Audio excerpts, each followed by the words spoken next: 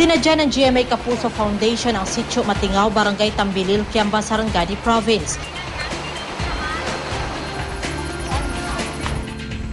5 kilometro rin ang kailangang lakarin bago marating ang Matingaw Primary School, isang pampublikong eskwelahan. Mula kinder hanggang grade 3 lamang ang klase dito, pero tila walang maayos na classroom ang eskwelahan.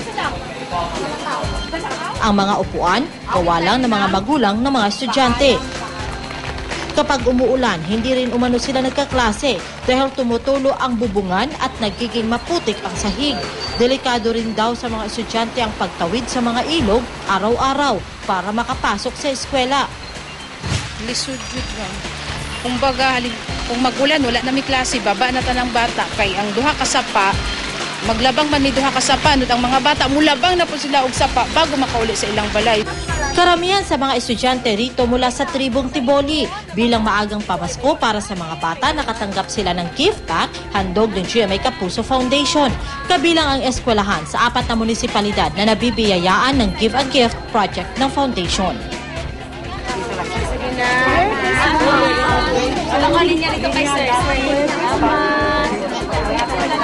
Kitang-kita naman ang saya ng bawat pag-aaral sa maagang pamaskong natanggap nila.